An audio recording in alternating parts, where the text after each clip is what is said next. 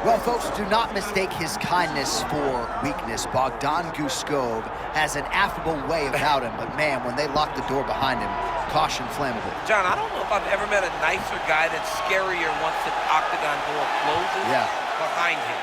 He puts people out, he puts them out violently. You know, he goes about his business in the way that you want a fighter to go about his business. He wins fights, he disappears, and he doesn't really cause a fuss.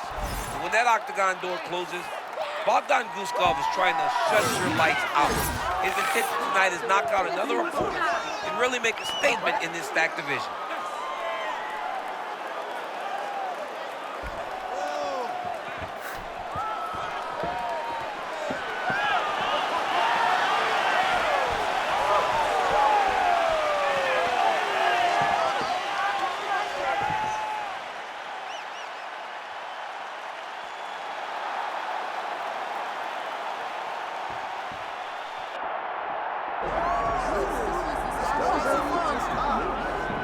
Well, we really don't see a lot of guys in MMA with boxing skills on this level. He certainly could have gone on to great things as a professional boxer, but he believes he has the best hands in the sport, and he will be looking to prove as much here tonight. And he has the background to prove that, right? He's not saying something that is not true. He does have the ability to say that. He can say he has the best hands in the game because he has shown it. And when you watch him box, when you watch a guy go into a fight with this young man and think that it does not matter what his credentials are, he is going to stand with him and prove that he's better, they usually will go to sleep because no action is wasted. The jab starts it all. He fights behind this beautiful, educated jab, jabbing high, jabbing low, and then the overhand right is unbelievable. It's his kill shot, he calls it, and he lands it all the time. All right, both fighters have entered the octagon, and this massive, massive fight is nearly upon us, ready to go from Anaheim at the Honda Center with one of the biggest fights of the year. Our tail of the tape for this light heavyweight tilt. All right, now for your main event introductions, the one, the only, Bruce Bowe. Ladies and gentlemen, this is the main event of the evening.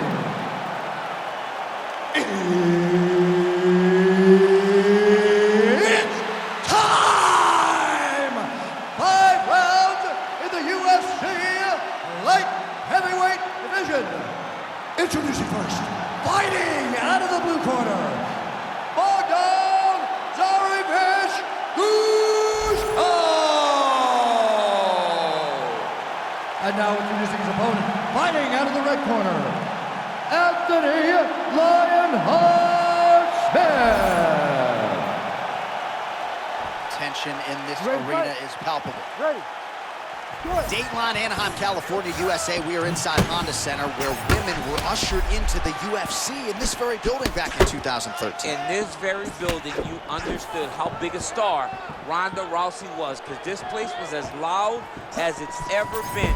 Can you get the crowd on their feet tonight, as Ronda Rousey did way back when she defended her title? When Ronda Rousey made that walk at UFC 157, truly a sports moment where most people remember exactly where they were. You will never forget the moment you saw Ronda hit the curtain in Anaheim.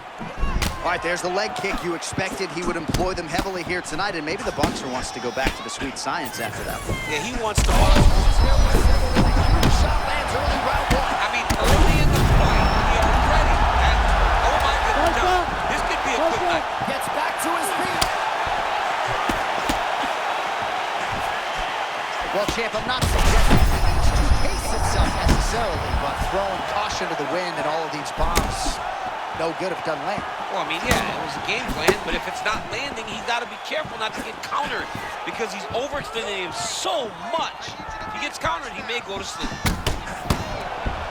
All right, good early sign for the boxer as he is able to stuff the first takedown attempt. You were somewhat critical of his takedown defense in his last fight. Seems to have shored some things up. It showed that in training camp, they went and addressed that real issue that he had in this game.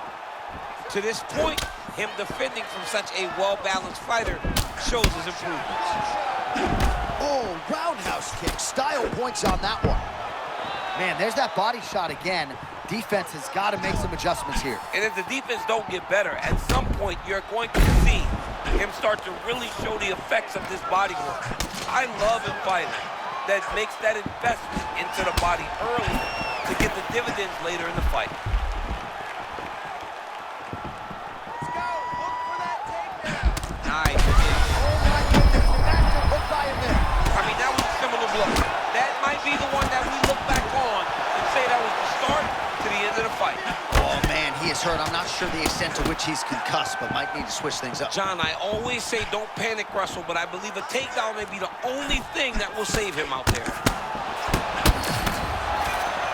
All right, same bat time, same bat channel. You think he's going to look to set up that hook again here? I mean, you can see it, John. You can see him doing it. You can see him sneaking looks to see where that hand is going to be. He's sneaking looks because he's going to find the opportune time to drop that big hook over the top. Smith's cheek looks like it's cut. Yes, it is. Starting to bleed a little bit now.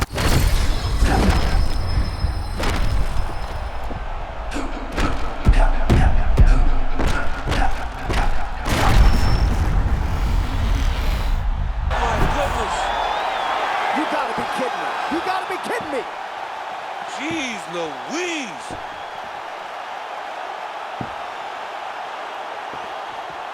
All right, we'll re-rack some replays for you now as he gets it done by TKO.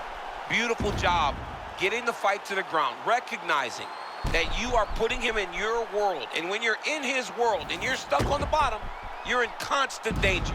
Ground and pound was brutal, and it led to another finish on the mat.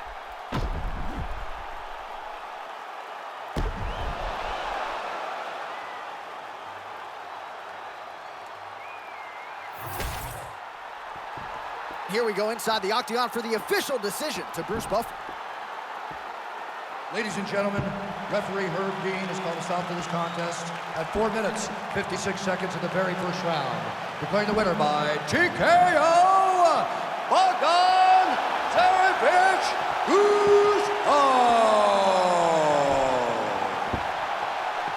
All right, so a big win by stoppage for him here tonight, champ, and really a lot of stylistic challenges in this matchup, fighting a credentialed boxer, and not only emerges with the win, but gets the finish to boot.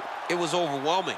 He overwhelmed him from the start of the fight. He just showed him that you cannot have one single skill if you hope to be successful in the UFC. He showed what mixed martial arts truly is.